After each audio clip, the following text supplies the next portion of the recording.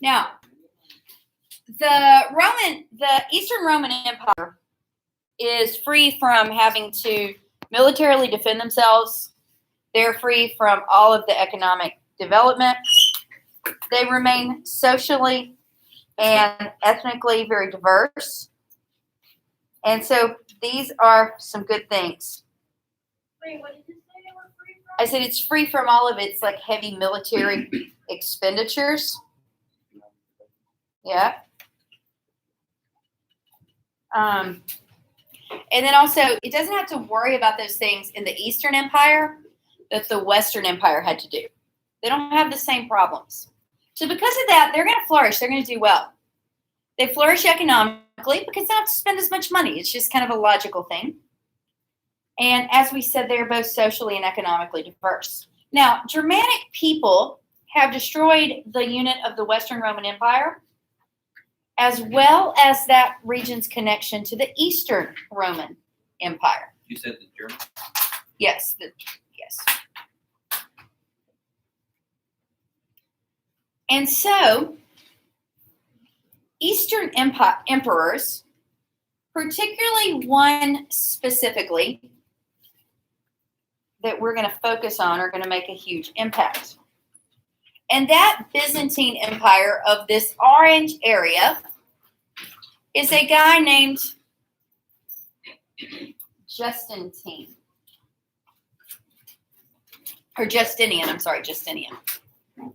He's going to rule from 527 to 565. Yes. And why he is significant is he is going to combine Roman heritage and Greek political order. Roman heritage and Greek political order. So he kind of uses, if you will, the best of both worlds.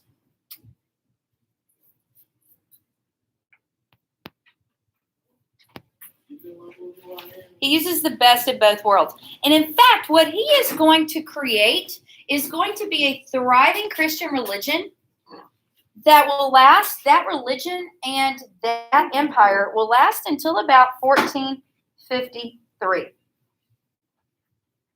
Gonna create a what? He's going to create a thriving Christian empire that will last until about 1453 when the Ottoman Empire comes along and sacks it.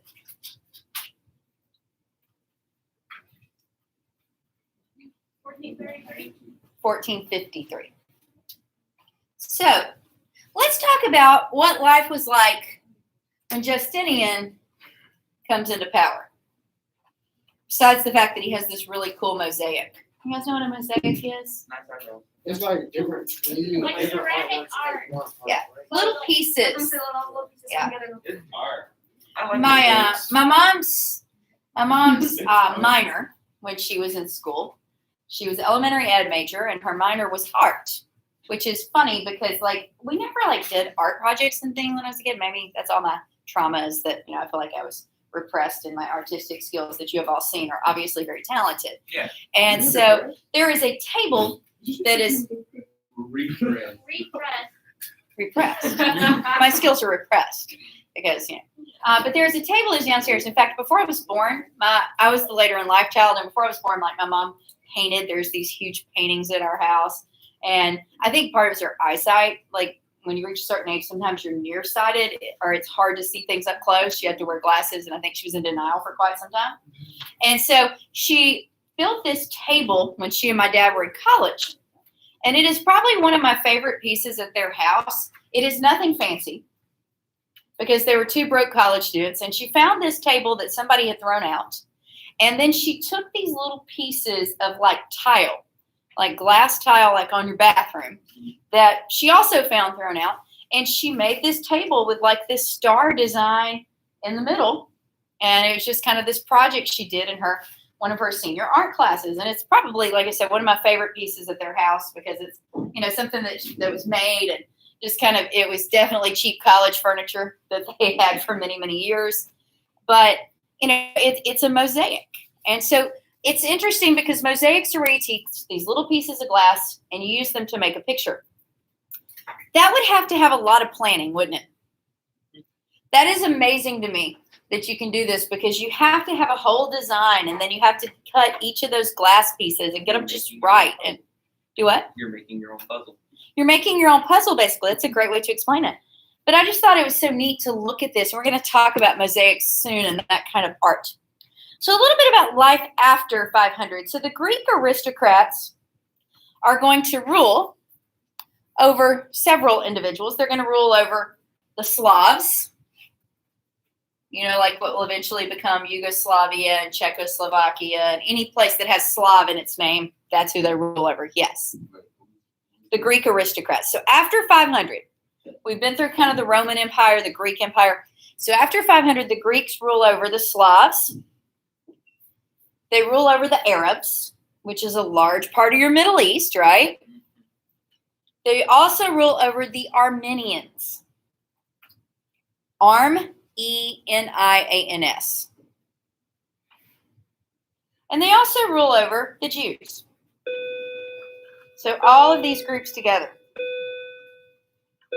The aristocrats owned very large land estates in rural areas. And so remember, you have your aristocrats are your wealthy, are basically your ruling class that come under like any monarchy you have. Typically, unless it's like a sultan situation, the aristocrats often have more power than the monarchy in some ways. Now, these aristocrats owned these huge estates of land. And these pieces of land in this, what will become the Byzantine Empire, was worked by free tenant renters. Now, I want you to think with me for a second. When in American history have you learned about free tenant renters? You have. Free tenant. You're a tenant somewhere, means you rent.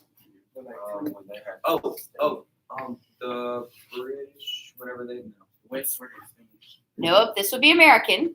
But that is American as well. You're living somewhere, you don't pay any money. They're like working on their land.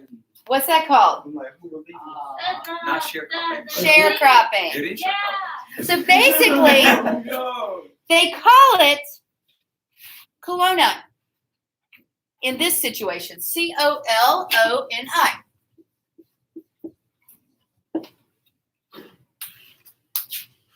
Colony. And what that basically means is that you're working the land and you live there for free. They consider the people free, however, they are tied to the land. By the way, in sharecropping, many people sign contracts that tied them to the land for years. Wasn't And it so- like 5? Well, it depended. You're thinking of 5 because you had to live on the homestead land for 5 years to get to keep it. Right. But the sharecropping, it depended on your contract. So that's why the Freedmen's Bureau tried to negotiate those, is because you had some people who would sign contracts not because they couldn't read, because it was illegal to teach people who were slaves to read. And so many African Americans who came out of slavery had no ability to read, and they would sign this contract thinking it said one thing, and then it said you have to live here for 60 years or crazy stuff. So, yeah. So this is called Colonna, and it means that you are tied to the land, but you are free. You see the issue here. The empire, though, is going to economically prosper. It prospers greatly up until really the 1200s under this Colonni model. How? Well, the main reason is government control. Now, we hear government control and we all automatically get a little nauseous, right? Mhm. However, is government control all bad? No, like food regulations prevent us from dying. Yeah. And I mean, things like even you look at trying to prevent monopolies. Why? Because with monopolies, the fear is that prices will be driven up, right? And so I've been taking an online master teacher of economics program because apparently I just didn't feel like I was tortured enough in life. And so, but one of the things I was reading about today is how oftentimes we assume that government intervention is bad, but it's not always bad. A lot of times it's actually better for us for several reasons.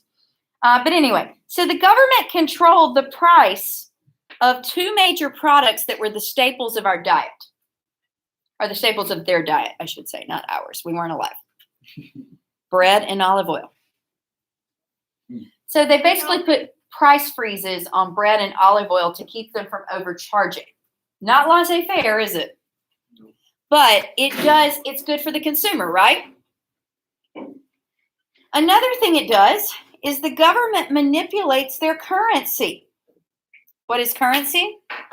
Money. So it would be what represents your money. So if it's coins, if it's bills, if it's whatever, that is your currency.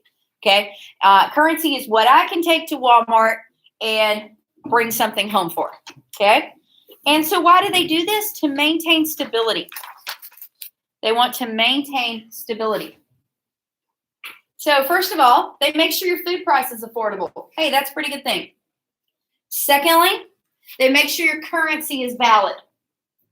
You know, I want to, when I go to other places, I want my dollars to be worth something. And then the third thing that they do is they supervise the upkeep of roads and ports. Roads and ports. Now, think logically with me. Why are roads and ports so important? Travel. Particularly, travel's great, but that trade. Because if you can't trade, your goods aren't going out, your goods aren't coming in. Now, to be fair, Adriana, you have to travel to trade. Yeah. So you're not wrong, all right? So this helped their industries to flourish. Particularly, they made this what's called brocaded textiles. Do you guys know what it means for fabrics? Brocaded fabrics? No. Okay, so you've seen some of these. Let me show you some. It's a bunch of stuff that's put together. Do what, man? It doesn't mean it's a bunch of stuff that's just like randomly put together. No, no. Let me show you. It depends on, I don't know if what you're imagining. Oh. So when we looked this up last semester, it was the exact same reaction. They didn't really know what brocaded means. And so it's a print fabric, right? Now back then, They had to do it by hand. yes, they didn't have and they didn't have a lot of prints back then, right? So like you could go to the store now and you get anything you wanted printed, right? You know, if you can put your shirt or your face on socks and t-shirts and all sorts of stuff. Drawers. We're having a historical experience in this room. My voice be good. I do. I can. All right. John, go home. Go home. Not you. I don't have him anymore. He's on his. Last term, so. I think he's in Henley's, isn't he? Yeah. He should be He went to the gym. He goes to the What's gym. Henley's room number? He's in the gym. Why would he be in the gym? He goes to the gym on his off days. All right, y'all need to answer this phone. What's that boy name? Him.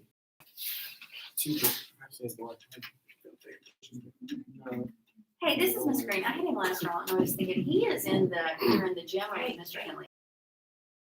Sure. All right, so brocaded fabric. This is very common, like in the Middle East. When I was in India, I bought a sari, which is one of the outfits that like wraps around, and you have to fold it like a lot. There's a whole skill to putting on a sari.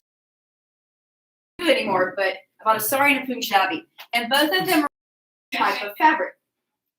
A Punjabi is like the longer shirts, and then it will have the pants underneath that are like a little puffier. You see, most wear that. If you're a married Indian woman, wears that, and an unmarried Indian woman is more likely to wear a sari. So I bought both because I thought they were both cool. Wait, is that the sound that they make for the J sound? Is that the sound that they make to enunciate the J sound? Okay. All right. So that brocaded fabric, it's pretty, it's new, and other places don't have it. So they're like, bring it. Bring it. And so it's selling all over the world. So let's talk about slavery. They did have slaves in this. The very wealthy had slaves. And the slaves that were owned by the wealthy were not used for like field actually be like people who worked inside the home. So it would be more house type work. There are other occupations. You have merchants, you have artisans, you have educators, administrators, and basically a lot of these people lived in absolute luxury in large seaside villas. Life is good, right? They lived in luxury, especially if part are in the European sections of the empire. But outside of those very few, outside of all of those merchants who did so well, the administration, the educators, and this very wealthy group, you have the others. What do you think was life for those others who weren't the ruling aristocrats? Yeah, they don't live in the seaside villas. They live in the margins of society. They live in one-story little tenements and village huts. Now, as with most societies we've studied, I'm sure this will be a big surprise to you. Men dominated the society, and the lives of the women centered on the families in the home. Few women held any position of power or even cultural importance. And one of the biggest cities of the area was a city named Constantinople. Oh, finally. We heard about that. Oh yeah, didn't that guy move there and name the city after himself? Absolutely. It used to be some other name. I'm trying to think. Istanbul? Istanbul. Yeah. It's in the song. Yes, it is. Constantinople was one of the biggest cities of its area. It reached 1 million people during its zenith. What is the zenith? The rain. It is your peak. Yes, it's your high point. So, the zenith of his career, zenith means like this is as good as it gets. It's all downhill from there. I looked up the definition and it says the time at which something is much more powerful or successful. And the example is under Justinian, the Byzantine Empire reached its Yes, zenith. that's funny. It is renowned, this city of Constantinople, for its hippodrome. What is the hippodrome? It is a stadium. What? It seats 60,000 people.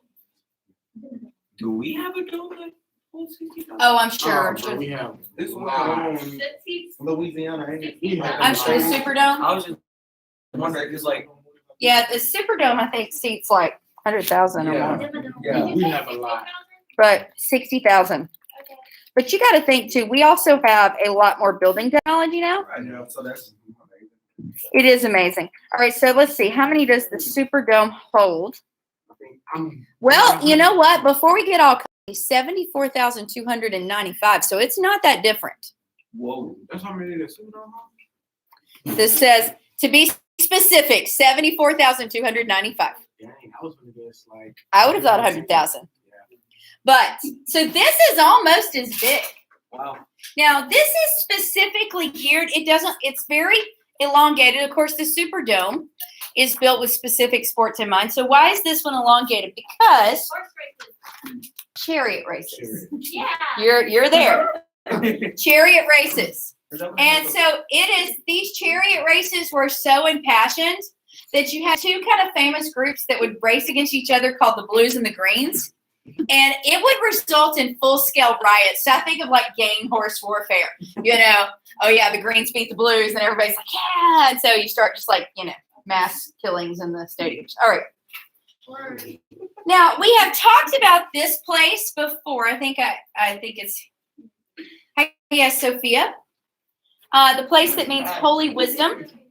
Remember, it was added by the Ottoman Empire. We talked about the Ottoman Empire and we mentioned it. Holy wisdom. Yes. Now, did we talk about this in Civ 1 or Civ 2? Did I show you guys this picture or did we use it in Civ 2? It was in 2? Okay. So we talked about this in Civ 2 like 3 days ago, I think. So it's kind of interesting timing. But this is the Temple of Hagia Sophia. In fact, where we talk about it, it was basically, this was added. And they believed that dome on top, the Capitol building, that was let down from heaven. So all of a sudden it wasn't there, and then one day it was like, oh. All right. So some things about the education. The state paid the instructors in the universities, and students often received low or even free tuition. Wait, the states did what? The state would pay the universities and the instructors, and they would even receive, you could receive low or free tuition. Some of you are like, yes, Lord, come quickly. All right. If you went to school there, you learned classic Greek.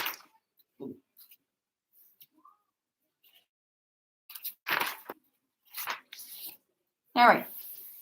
So let's transition this group from Roman to Greek. All right, so it had maintained an insistence. They considered themselves to be a Roman colony.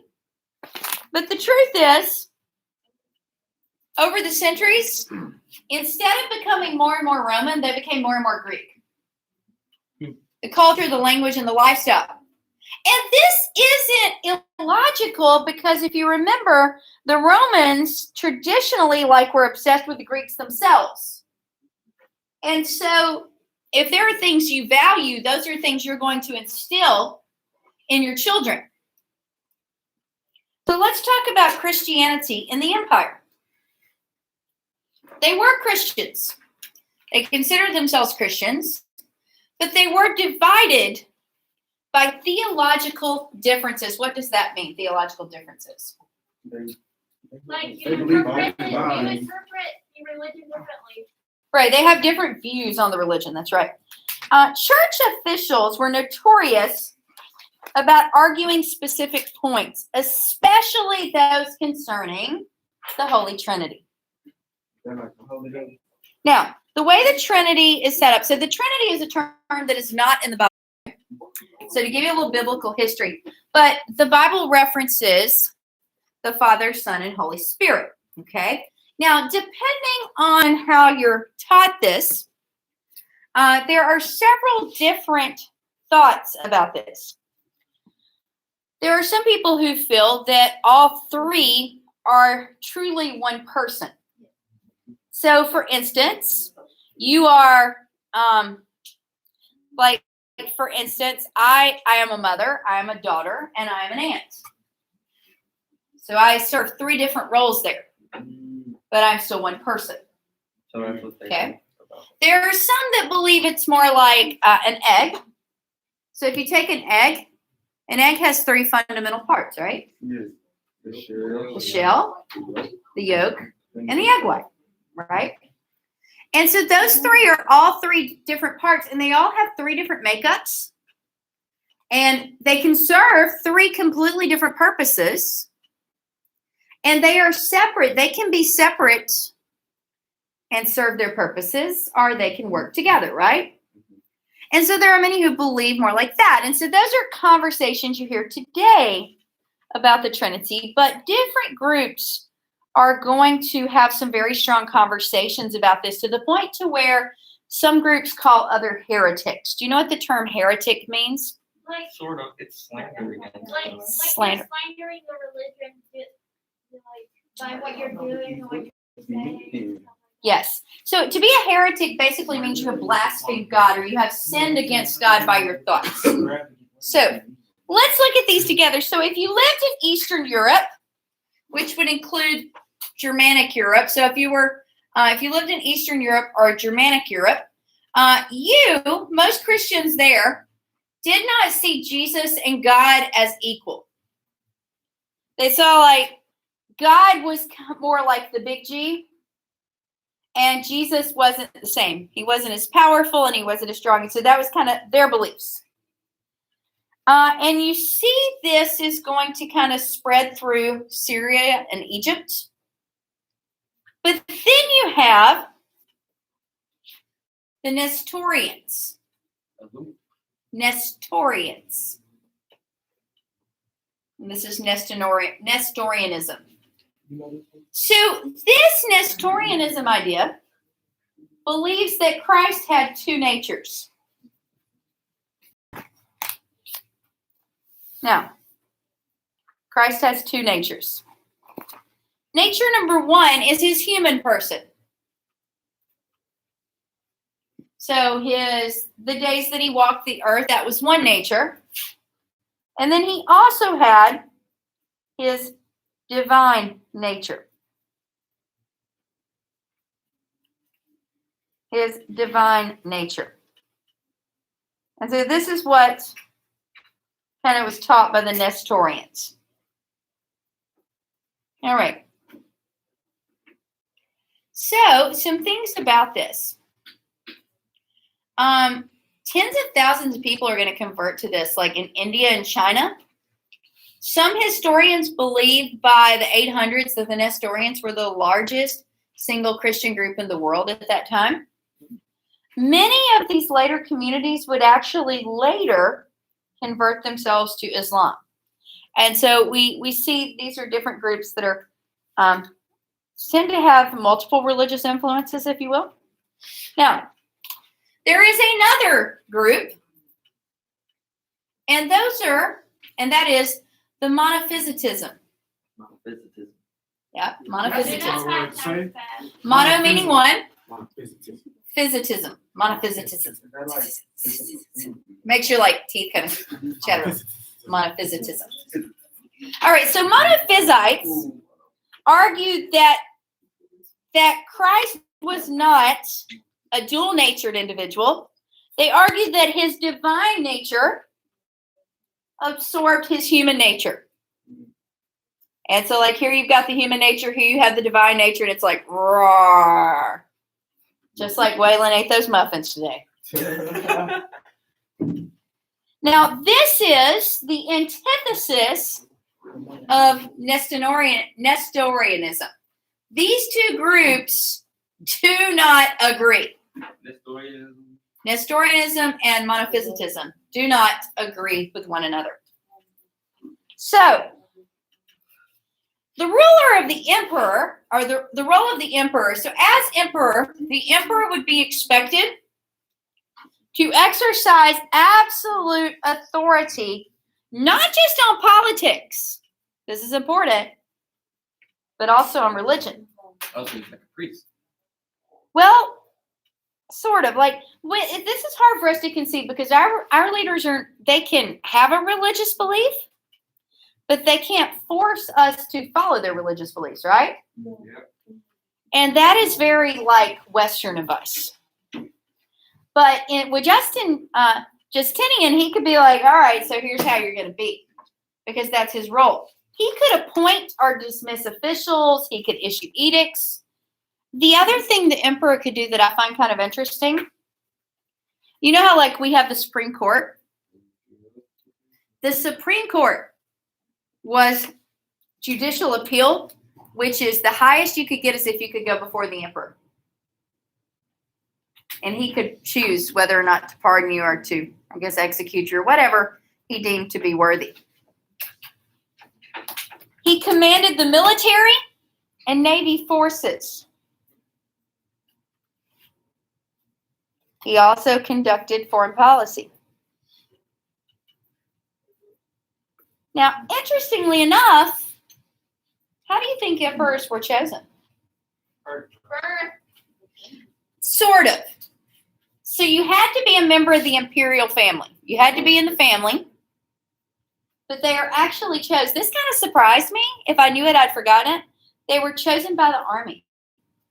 Oh. But they had to be from the imperial family, and the Senate had to confirm them. So, go ahead. I forgot what I was gonna say. So just because daddy's the emperor and daddy dies, you don't automatically become the emperor. So both the Senate and the army had to pick you. I find the army interesting, but I think it has to do with the fact that you need both of those groups. And so also, he doesn't just represent you, he represents the church. So this person has to, like, he's got a lot of power, right? And so a little bit about Justinian. Justinian is considered the greatest emperor.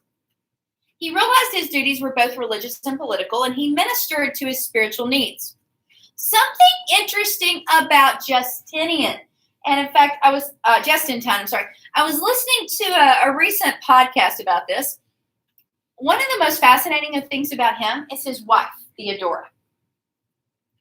Theodora, his wife, when we think about wives of significant people, especially way back, we expect these women to be more than perfect, right? Not just in appearance, but in character. Theodora was not a more than perfect person. She had what was considered a dubious background. She had actually been a belly dancer. Oh, cool. I mean, the guy who's the religious leader and the spiritual leader and all this stuff, his wife's been a belly dancer? Why would Ancient emperors had the same name as emperors before? Why did they have I was doing All right, so here's the thing. If the emperor before was good, you're going to have a second or third or whatever.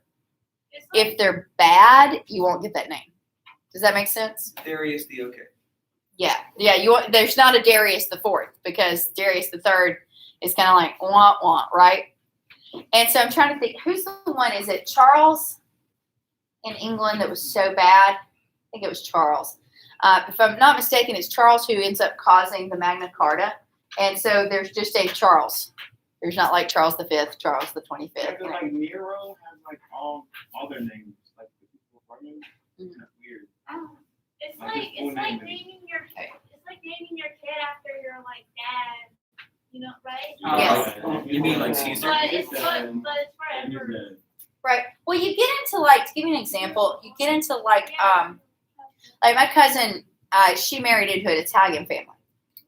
And Italian names are often extremely long. And the reason for that is because they do pick key figures, either who are historic or family, to make sure those names are carried into their family name. So it's a customary thing. But like I said, if somebody was really horrible, you're not going to have Emperor Nero the Fifth, or Caligula, who just kind of went a little crazy. You're not going to have 25 Caligulas. You have the ones they tend to want to emulate are the good ones. So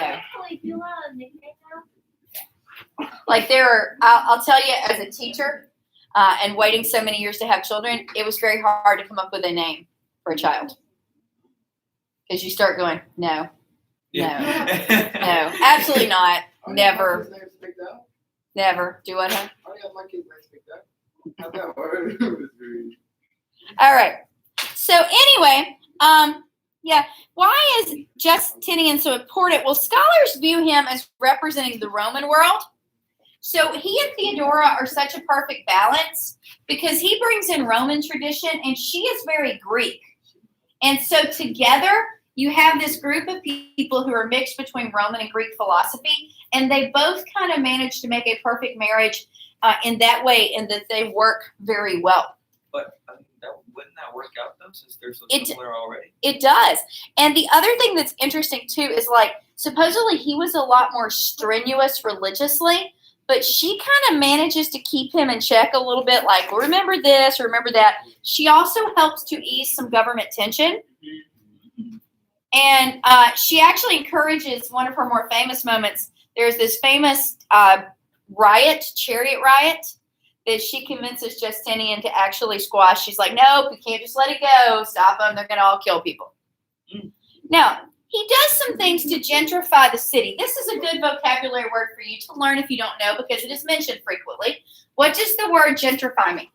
To make the bad part. Yes. It's like trying to fancy up, right? Trying to fancy things up. Now, You fancy the what? he gentrifies the city. Some things that he does, he has some large-scale building programs, and he employs massive numbers of laborers and artists. Some things they're going to do to make the city look better, they add mosaics. They add beautiful sculptures. One of the things that I was driving by the other day and finally looked over it, I see the baseball park when I go out to my car, but I usually don't pay attention when I'm coming down Market Street to how pretty that is. There's a big fountain out there in front of it and everything, and that's really nice, and it does. It gives a nice appeal to that area. And so this kind of stuff makes cities and places look more appealing, right? And so, but it is a form of what's called gentrification. So good word for you to learn. All right, so some things he does, he also systemizes the Roman law. What that means is he codifies it. He gets a group of people together, a committee, and he wants them to compile a list of laws that will be consistent for everybody. He also says, now we need to produce a textbook for students so that they know the law. And the name of this book is Corpus Juris Civilis. So we should be able to tell from that where a lot of our words come from, right? So corporate is from corpus, meaning, everybody, multiple people, large group. Juris, jury, legal. Civilius, civilians. So the law of the people, pretty much. This new book did a few things. First of all, it set Christianity as the law of the land. The laws were very conservative, but some things we will say that are very good about it. First of all, it improved life for free people, slaves, and women. That doesn't usually happen, right? Freemen, basically people who aren't slaves. It improved life for people who are slaves, and it improved life for women. A couple of things that it encouraged: charitable gifts to the church. And last but not least, it becomes the basis of law for many Europeans and Latin American nations. So a lot of those nations, their laws are based on Justinian's standard textbook of law, the Corpus Juris Civilis. So in his attempt to Christianize his whole empire, in 529, he closed the ancient pre-Christian philosophical schools that existed. He closed the ancient Christian philosophical schools that existed. By doing this, he does restrict the rights of the people that were called heretics. And these people included practitioners of Judaism, non-Christians, and non-Orthodox Christians. So basically, people who didn't practice his type of religion were not allowed to practice those religions. Now, if that's bad, it's about to get worse. If you were one of those people, not only does he restrict your rights, you cannot live within the walls of Constantinople. What do walls provide? Protection, security. So there's no protection for you. You were also barred from holding public office. So you also don't have any what? Yeah, no say, no power. You also could not hold a teaching position. They didn't want you to influence other people. But to be fair, although these things are not good, at the same time, Byzantine literature, is going to flourish under Justinian. Christian teachers do stress classic moral training, morality, good and bad, good and evil. A lot of literary craftsmanship. They start to teach individuals how to write better, how to write with more structure. For instance, they taught the literature of people like Homer. Remember the Iliad and the Odyssey? They taught histories that included Herodotus and some others, famous writers. However, even though their literature is getting better and their structure is getting better, they weren't known for a lot of innovation or experimentation. And part of that is probably just limiting that outside influence, because a lot of times innovation in writing comes from being exposed to other types of writing. Justinian spent most of his time and resources on the reconquest of the Western Mediterranean, particularly occupied territories in North Africa. Particularly his warfare in the West weakened his east and northern defenses. And so he is going to struggle somewhat because of that. Now, following his death, Spain is going to be lost to his empire. Spain's going to be reconquered by the Visigoths.